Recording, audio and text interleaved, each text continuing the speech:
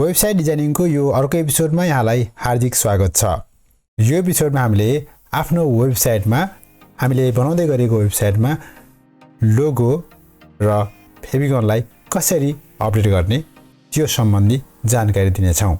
आउनुहोस् टपिक्सलाई सुरु गरौँ। सुरुमा वर्डप्रेसलाई लगइन गर्नुपर्ने हुन्छ र लगइन गरिसकेपछि यहाँनिर ड्यासबोर्डमा रहेको यो एपिरियन्स भन्नेमा जानुहोस् र यहाँ गइसकेपछि हामीले यहाँनिर कस्टमाइज भन्नेमा जानुपर्ने हुन्छ र कस्टमाइज भन्नेमा गइसकेपछि यहाँनिर हाम्रो कस्टमाइजेसन गर्ने सेक्सन खुल्नेछ र यो सेक्सनको यहाँनिर हेडर बिल्डर भन्ने ठाउँमा हामीले क्लिक गर्नुपर्ने हुन्छ र क्लिक गरिसकेपछि हामीले यहाँनिर साइट टाइटल एन्ड लोगो भनेको छ। हामीले पहिलो चरणमा चाहिँ लोगोलाई अपडेट गर्नेछौँ र दोस्रो चरणमा चाहिँ हामीले यो साइट आइकन जुन माथि जुन फेभिकन भन्छौँ त्यो फेभिकनलाई चाहिँ हामीले अपडेट गर्नेछौँ। फेभिकन भनेको के हो भने यो चाहिँ हाम्रो वेबसाइटको एउटा आइडेन्टिटी हो, एउटा चिनारी हो जुन चाहिँ हाम्रो वेबसाइटको आइकनलाई चाहिँ ब्रान्डिङ गर्ने काम गर्छ। जस्तै यहाँनिर हामीले यो canva.com लाई खोल्यौँ भने यो माथि हामीले सी भनेर देख्न सकिन्छ। सीमा जुन डिजाइन दिएको छ यो यस्तो खालको डिजाइन चाहिँ यो फेभिकन हो। जस्तै हामीले यो हरेक वेबसाइटको हेर्न सक्छौँ। हरेक वेबसाइटमा चाहिँ यहाँनिर यो साइट आइकन भन्छ जुन चाहिँ यो टपमा देखिन्छ, हामीले यहाँ पनि देख्न सक्छौँ। अब यो एपिसोडमा हामीले सुरुमा लोगो कसरी अपडेट गर्ने त्यो देखाउने छौँ। अब यसको लागि चाहिँ हामीले लोगो अपडेट गर्नको लागि चाहिँ सर्वप्रथम चाहिँ ब्याकग्राउन्ड हटाउन सकिन्छ। हाम्रो लोगो चाहिँ कस्तो खालको कलर छ त्यो कलर अनुसार चाहिँ हामीले ब्याकग्राउन्ड पनि हटाउन सक्छौँ। अब ब्याकग्राउन्ड हटाउनको लागि हामीले फोटोसप नै चलाउनु जान्नु आवश्यक छैन। अब यसको लागि विभिन्न वेबसाइटहरू रहेको छ।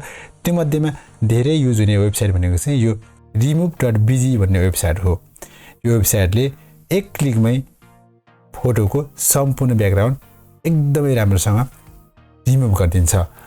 अब यो वेबसाइटमा गएर यहाँनिर अपलोड इमेज गर्नुभयो र यहाँबाट चाहिँ तपाईँले यो लोगो चुज गरेर ओपन गर्नुभयो भने यहाँ चाहिँ के सेकेन्डमै यो हाम्रो चाहिँ ब्याकग्राउन्ड रिमुभ भइसकेको छ। जस्तै यहाँनिर तपाईँले देख्न सक्नुहुन्छ र यसलाई चाहिँ हामीले यो साइडबाट यताको जुन डाउनलोड भन्ने अप्सनबाट क्लिक गरेर डाउनलोड गर्न सकिन्छ। यस्तो खालको आइकनमा चाहिँ डाउनलोड भइसकेको छ जसलाई चाहिँ हामीले एकदमै क्लियरसँग आफ्नो वेबसाइटमा अपडेट गर्न सक्छौँ, अपलोड गर्न सक्छौँ। अब यसको लागि चाहिँ हामीले लोगो अपडेट कसरी गर्ने हेर्छौँ। अब यहाँनिर चाहिँ साइट टाइटल एन्ड लोगो भनेको छ। यो साइट टाइटल एन्ड लोगोमा हामी जानुपर्ने हुन्छ। अब यहाँ गइसकेपछि यहाँनिर चाहिँ सिलेक्ट लोगो भनेको छ। यो लोगो भन्नेमा चाहिँ क्लिक गरेर लोगो सिलेक्ट गर्नुपर्ने हुन्छ। अब यसको लागि चाहिँ यहाँनिर अपलोड फाइलमा जानु होला र यहाँ गइसकेपछि सिलेक्ट फाइल गर्नु होला र यसपछि हाम्रो यो लोगो चाहिँ जुन PNG फाइल छ यो फाइललाई चाहिँ यहाँबाट ओपन गरिदिनु होला। ओपन गरिसकेपछि यो हाम्रो वर्डप्रेसको वेबसाइटमा अपलोड हुनेछ र अपलोड भइसकेपछि यहाँनिर चुज गर्नु होला यसरी र चुज गरिसकेपछि यहाँनिरबाट सिलेक्ट गरिदिनु होला र सिलेक्ट गर्दाखेरिमा हामीले चाहिँ यसलाई क्रप पनि गर्न सकिन्छ यो लोगोलाई यसरी र क्रप नगरिकन पनि हामीले अपलोड गर्न सकिन्छ। मैले चाहिँ क्रप नगरिकन अपलोड गर्छु। यहाँनिर चाहिँ स्किप क्रपिङ गर्छु। त्यसपछि यो हाम्रो लोगो यहाँनिर आइसकेको छ। अब यहाँनिर तपाईँले देख्न सक्नुहुन्छ। यसलाई हामी हेड गरेर हेर्छौँ। अब यहाँनिर हाम्रो लोगो चाहिँ थोरै सानो देखिएको छ जसलाई चाहिँ हामीले बढाउन सकिन्छ। हामीले यहाँनिर लोगो बढाउनको लागि चाहिँ थोरै स्क्रोल गर्नुपर्ने हुन्छ।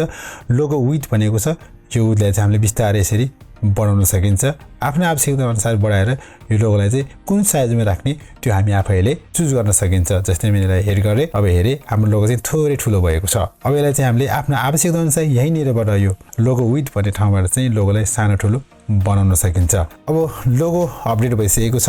अब त्यसपछि अब हामीले साइट आइकन फेभिकन जसलाई हामी यसमा राख्छौँ।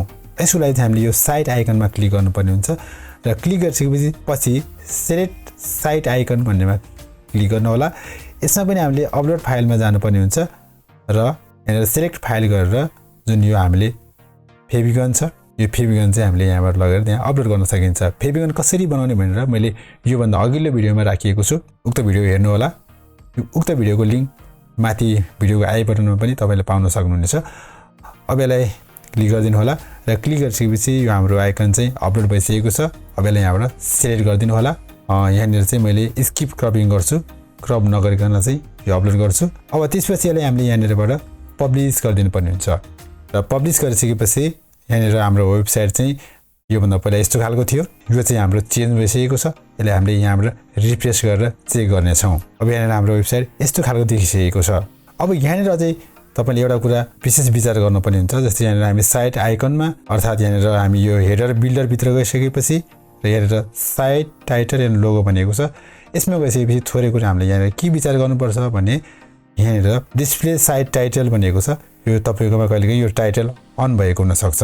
अन हुँदाखेरिमा हाम्रो हेडिङ चाहिँ यस्तो खालको देखिन्छ। हामीले लोगो हाल्ने बेलामा चाहिँ यो डिस्प्ले टाइटललाई चाहिँ हामीले यहाँनिरबाट अफ गरिदिनु पर्ने हुन्छ। अनि मात्रै हाम्रो लोगो चाहिँ क्लियरसँग आउँछ। यहाँ तपाईले दुवै कुरा नि राख्न सक्नुहुन्छ। तर यो हामीले लोगो राखिसकेपछि साइटको टाइटल साइटको नाम आवश्यक हुँदैन।